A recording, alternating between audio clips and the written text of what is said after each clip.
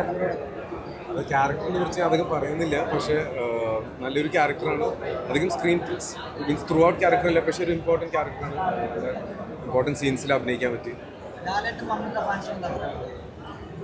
ഫാൻസിനോട് അല്ല, മലയാളി ഓഡിയൻസിനോട് പറയാനുള്ളത് ഈ ഒരു സിനിമ ഏറ്റെടുത്താൽ സ്വീകരിച്ച എനിക്ക് നമ്മുടെ ഇൻഡസ്ട്രി ഒരു ബാരിയർ ബ്രേക്കിംഗ് മൂവി ആവാൻ എല്ലാ ഫാക്ടേഴ്സ് ഉണ്ട്, എല്ലാ ചാൻസസ് ഉണ്ട്. അപ്പോൾ ഇങ്ങനെ ആവട്ടെ എന്നാണ് ഞാൻ ആഗ്രഹിക്കുന്നത്.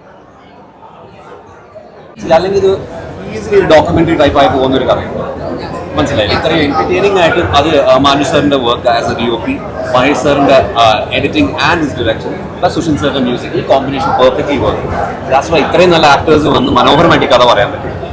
ഫാസ്റ്റിൽ ഇപ്പോൾ ഒരു ആക്ടർ അപ്പുറത്ത് നിൽക്കുന്നതുകൊണ്ടാണ് നമുക്ക്, അല്ലെങ്കിൽ രാജീവ് സാറിന്റെ അവിടെ നിൽക്കുന്നതുകൊണ്ടാണ് ഇതിന്റെ ഇമ്പോർട്ടൻസ് ഇത്രയും നമ്മുടെ ആർട്ടിലേക്ക് വരുന്നത്. How dangerous the equipment you are holding right now can B.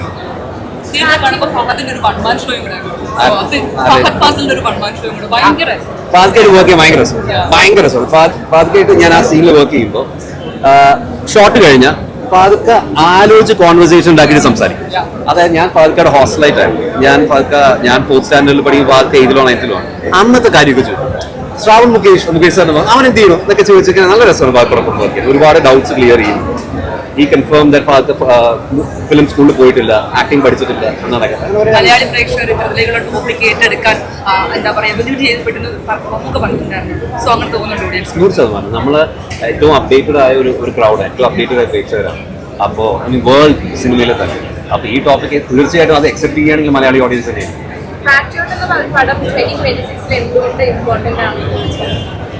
അല്ല, അത് ഹൗ ടെക്നോളജി ഇസ് യൂസ്. നമ്മൾ പൊതുവെ മലയാള സിനിമയിൽ ട്രഡീഷണൽ ബേസ്ഡ് കഥകളാണ് നമ്മൾ പൊതുവെ പറയാറുണ്ട്. പക്ഷേ ടെക്നോളജി ഇത്രയും ഭംഗിയായിട്ട് യൂസ് ചെയ്ത് in terms of action sequences ആയാലും ഇൻ ടേംസ് ഓഫ് ലൊക്കേഷൻസ് ആയാലും, അപ്പോൾ ഇതിന്റെ ടേംസ് എല്ലാം നമ്മൾ കൃത്യമായിട്ട് ഇപ്പം ഇൻസ്റ്റന്റ്ലി പറഞ്ഞാൽ നമുക്ക് മനസ്സിലാവും. ഒരു സീനുണ്ട്, നമുക്ക് ഒരു ഫോൺ ഡിസ്മാൻഡിൽ ചെയ്യുന്നു. വലൈക്കും സ്ലാം. പറയാലോ. അപ്പോൾ അത് ഇൻസ്റ്റന്റ്ലി ആൾക്കാർ കൈയടിക്കുക. Because this is something we do. നമ്മൾ വ്ളോഗേഴ്സ് ഒരു ടെക്നിക്കൽ സാധനം പറയുന്നത് നമ്മൾ കാണുന്നതാണ്. അപ്പോൾ അങ്ങനത്തെ എല്ലാവർക്കും ഈസിലി കണക്ട് ചെയ്യാം. ശരിയാ, താങ്ക് യു.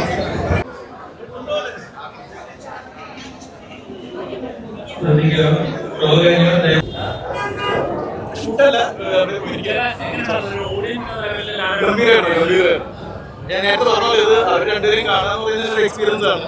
അത് എപ്പോഴും സംഭവിക്കുന്നില്ല. ഇത്ര ഒരു മാസിവ് പടത്തിന് വന്നായിരുന്നു ഭയങ്കര രസമായിരുന്നു. ഞാൻ ഭയങ്കര എൻജോയ് ചെയ്തു.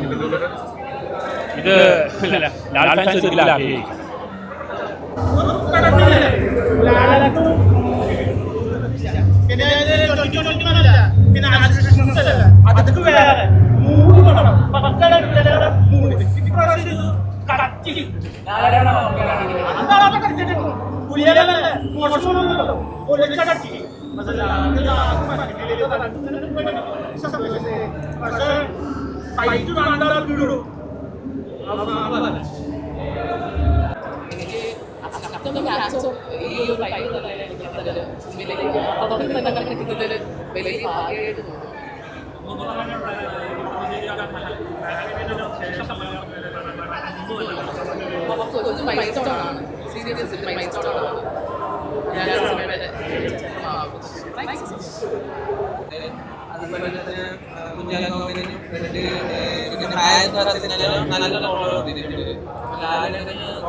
നല്ല നല്ല വിഷമമുണ്ട്. കൂടുതൽ ആദ്യം പിന്നെ പിന്നെ അതുപോലെ തന്നെ ലൊക്കേഷൻ ചെയ്യാം. പിന്നെ നമ്മള് ലാലൊക്കെ നല്ല വരവാണ്. മമ്മൂക്കൻ്റെ നല്ല സൂപ്പർ ഫോമാണ്. ലാലൊക്കെ മമ്മൂക്കൻ്റെ ഫോമെല്ലാം നല്ലതാണ്. അടിപൊളിയായിരുന്നത്. നല്ല നമുക്ക് പിന്നെ ചിന്തിക്കാൻ പറ്റുമോ. അഭിനയ അതുപോലെ തന്നെ ക്ലാരിറ്റി, പിന്നെ കുട്ടികൾക്ക് മെസ്സേജ് കൊടുക്കുന്നത് ഇപ്പോഴത്തെ തലമുറയിൽ അങ്ങനത്തെ ഒരു മെസ്സേജുകളുണ്ട്. നല്ല